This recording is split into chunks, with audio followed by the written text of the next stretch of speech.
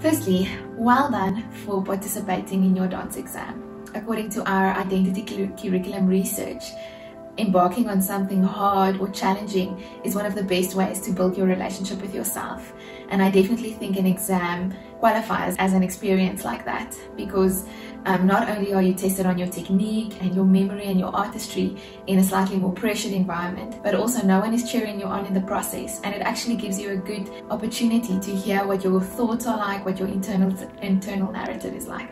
So well done. You'll be receiving your exam reports soon, and we don't want you to miss out on the potential of this moment, because debriefing this moment well could set you up for handling criticism and compliments well for the rest of your life. And so parents, I want to remind you that part of your role as a parent is to teach your kids how to handle all the different situations that life might throw at them.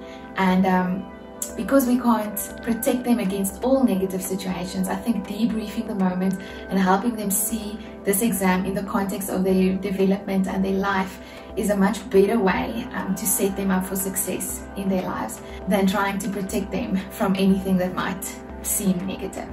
I think it's also worth mentioning here, just remembering what an examiner's role is all about. So an examiner is usually someone who has quite a bit of experience in their field, and a big part of their role is just making sure that a high standard is maintained in the craft that they are experts in. And so over the years they have developed an eye for a good standard, and so they measure you according to that standard.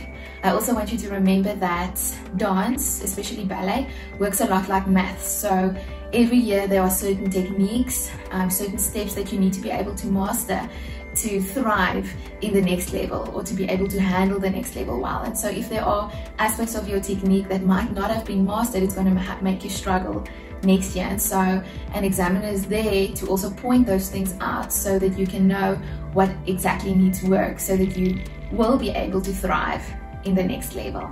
An examiner is doing no one a favor when they are trying to be extra kind, or they're lowering their standard to make us feel good.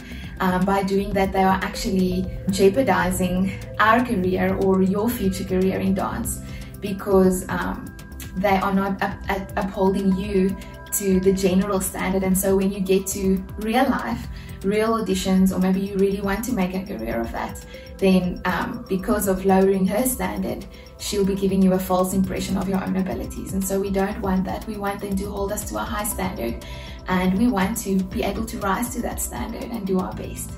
So when you do get your exam report,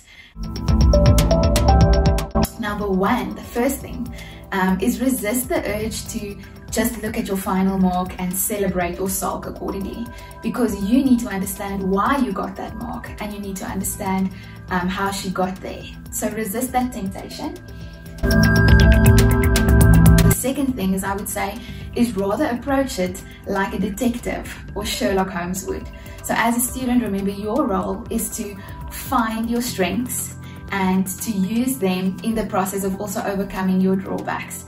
So, like a detective would, I want you to zoom in and try to find the compliments and the positives, and to celebrate them and feel really proud of them, and also see them as free money that you can use in the future, something that came easy for you, something maybe that you worked on that you got right. So really celebrate those moments, but then also go look at maybe some things that she mentioned that you can work on, maybe some criticism that she did mention, and also write those down, because those can be clues on the things you need to personally work on to be able to thrive next year. Remember, we are all works in progress, and an exam only shows your development up to this point in your life, and so it gives you clues with regards to the road ahead for you.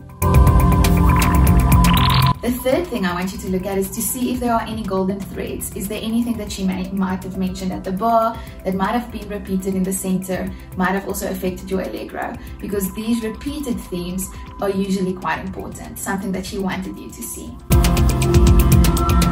Number four, with the criticism or more negative comments, Perhaps go and ask your teacher if she would agree with some of the things that the examiner had said, or if she thinks it was maybe something that just happened on that day. We are all human and we make mistakes, and people sometimes also have certain biases. So go and check with her and ask if it is something. And also, if there was something general mentioned with regards to your stance or your posture, or maybe an area that needs strengthening, ask your teacher to help you develop maybe some exercises that you can do at home from now on to help you overcome those challenges. Number 5 is a very important one, and that is to debrief your exam experience. So parents or mommies, I want you to ask your junior what the exam was like for them, especially with regards to what they were saying to themselves in those moments. Were they kind to themselves, or were they maybe critical? Was it an easy experience? Was it a hard experience? Because although it's something only you will know personally, you who were in the exam, those things usually do come out in the way we carry ourselves in an exam, and it's usually something we can all grow in.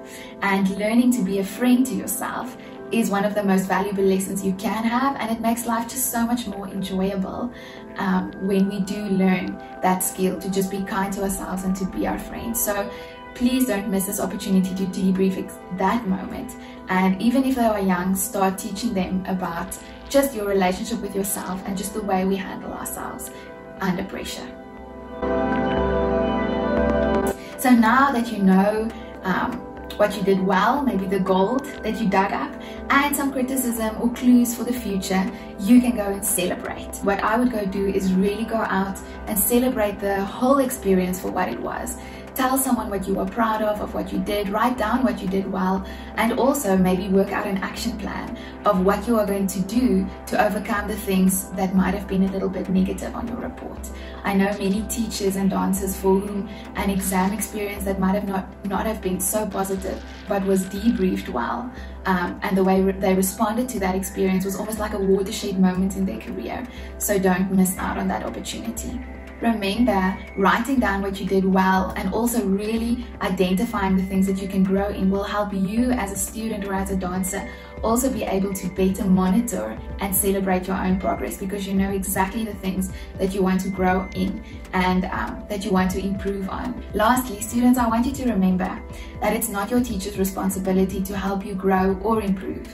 Although they would love to, they can never dance or do it for you. They can only remind you of the things that you need to improve or work on, but they cannot put the work in for you. And the way you respond to the information that you were given will determine if you grow or if you progress. Only you have the power to do that, and that fact should be very, very empowering. And I'm so excited to see just the personal growth in your own relationship with yourself as well as a result of this whole experience.